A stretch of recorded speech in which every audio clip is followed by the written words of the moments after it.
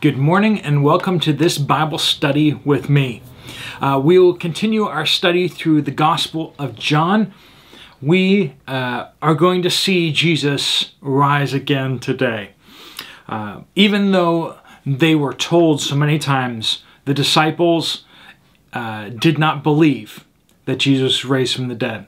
So we're going to see how the disciples and the ladies also will be going through this process of trying to understand what is happening.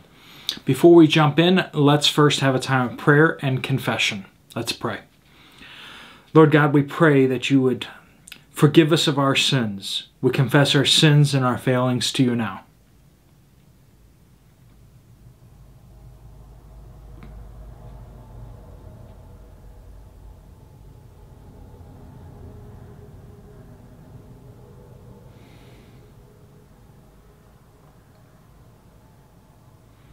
Lord, we praise you that in you we find the forgiveness of our sins, both in your death as well as the power of your resurrection. Lord, that you would raise us to new life, to walk in newness with you. Lord, we pray all these things in Jesus' powerful name. Amen. Let's start off in John chapter 20, if you have your Bibles out. We'll start in verse 1. We'll just read through the passage. On the first day of the week, Mary Magdalene came to the tomb early, while it was still dark. She saw that the stone had been removed from the tomb, so she went running to Simon Peter and to the other disciple, the one Jesus loved. That's John referring to himself, right? And said to them, "They've taken the Lord out of the tomb, and we don't know where they've put him." At that, Peter and the other disciple went out, heading for the tomb. The two were running together, but the other disciple outran Peter and got to the tomb first. It was John saying he beat Peter. Stooping down, he saw the linen clothes lying there, but he did not go in. Then, following him, Simon Peter also came. He entered the tomb and saw the linen cloths lying there. The wrapping that had been on his head was not lying with the linen cloths, but was folded up in a separate place by itself. The other disciple who had reached the tomb first then also went in, saw, and believed. For they did not yet understand the scripture that he must rise from the dead. Then the disciples returned to the place where they were staying. But Mary stood outside the tomb crying. As she was crying, she stooped to look into the tomb. She saw two angels in white sitting where Jesus' body had been lying, one at the head and the other at the feet. They said to her, "Woman, why are you crying?" "Because they've taken away my Lord," she told them, "and I don't know where they've put him." Having said this, she turned around and saw Jesus standing there, but she did not know it was Jesus. "Woman," Jesus said to her, "why are you crying? Who is it that you are seeking?" Supposing he was the gardener, she replied, "Sir, if you've carried him away, tell me where you've put him, and I will take him away." Jesus said to her, "Mary." Turning around, she said to him in Aramaic, "Rabboni," which means teacher. "Don't cling to me," Jesus told her, "since I have not yet ascended to the Father. But go to my brothers and tell them that I am ascending to my Father and your Father, to my God and your God." Mary Magdalene went and announced to the disciples, "I have seen the Lord," and she told them what he had said to her. So, we see several encounters here. The first encounter, Mary Magdalene sees the tomb opened up and his body gone. Then we see Peter and John. They see the empty tomb and his body gone. Then we see Mary Magdalene have this encounter with two angels and then with Jesus himself. The first section here is Mary came and she saw the stone moved, but she did not believe Jesus' words. She also heard Jesus share that he must be raised from the dead, but she did not believe. She naturally went to just a more natural, someone stole his body. She had seen Lazarus be raised from the dead. She saw many be healed. But when it came to Jesus, she still naturally went to a more reasonable explanation. And we need to be careful of this as well. That we don't just ignore the Word of God and go to natural explanations. There are consequences for our actions, and those come from the hand of God. Now, that's not to say that we should sit there and try to say, oh, well, why is this happening? So-and-so must have done something bad. But when things do happen to us, we need to be not ignoring them being the direct consequences of our sins. Some things are just the consequences of what we've done. A lot of people just refuse to draw that line between their actions and what's happening right now. If you're moderately responsible, I want you to hear me, because I'm anyone who's been around people who just refuse to draw the line between their actions and the consequences of their actions, it's just, they come up with all sorts of excuses, but they can't see that. But the Bible says that God is not mocked, right? What a man sows, he will also reap. Now, if you get sick, I don't think you should be just, looking into your crystal ball about, what sin was it that caused the sickness or something like that. You can always take things way, way, way too far. But that should be something we at least ask. If we get sick, if something bad happens to our lives, we should ask the question, Lord, what are you doing? Is it not, Lord, what are you doing? But, Lord, what are you working to accomplish in my life right now? Because it says that all things, God will use all things together to work together for your good if you love God and are called according to his purposes. So that may not be a consequence. It may just be God has something he's trying to accomplish in you. And it's best for you to be kind of going along with it as opposed to fighting along the way. But Jesus was raised from the dead. He had told her already, and yet she did not believe.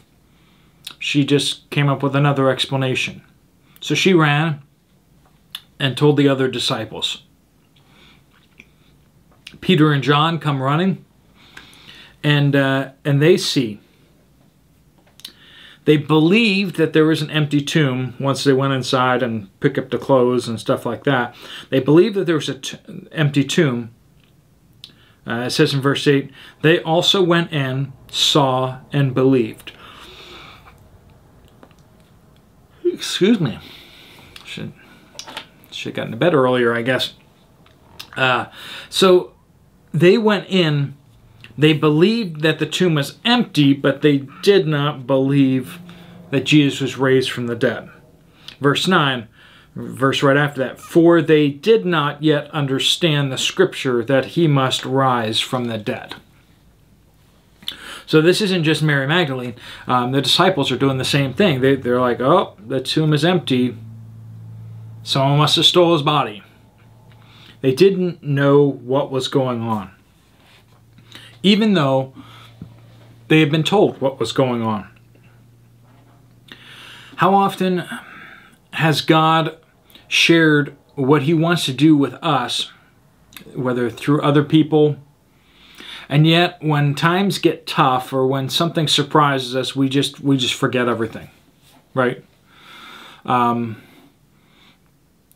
can't help but think to the movie It's a Wonderful Life, right? He gets into a situation where he's out of money, and it suddenly just leaves his mind that he has all these friends. He just leaves his mind this idea of, I could ask for help, right? And so often that's us too. It just leaves our mind. The things that we know, the people, the truths we know about God just leave our mind when difficulty comes. And for these gentlemen here at the tomb, it leaves their mind that Jesus does miracles, that Jesus is the Son of God. They still don't understand that He has been raised from the dead. And then verses 16 through 18, let's go back to 11 through 15, sorry. So Mary is staying outside the tomb and crying. So she looks in and she sees two angels. They ask her, "Why are you crying?" And she tells them, "They've taken away my Lord, and I don't know where they've put Him." Okay, and then Jesus calls out to her, "Woman, why are you crying? Who is it that you are seeking?" So she sees two angels, but keeps holding on to somebody just took the body.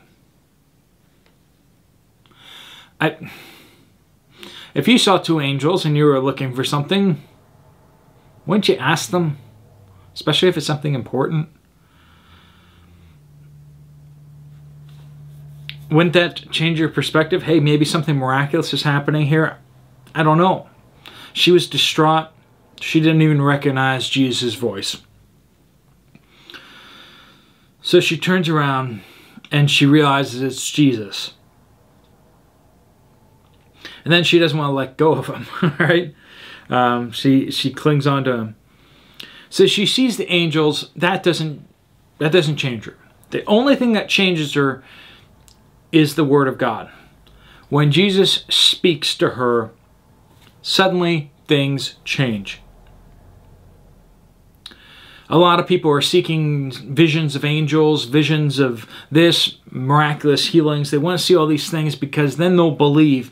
But the fact is that that's not how it works. When you hear the voice of God, then you believe.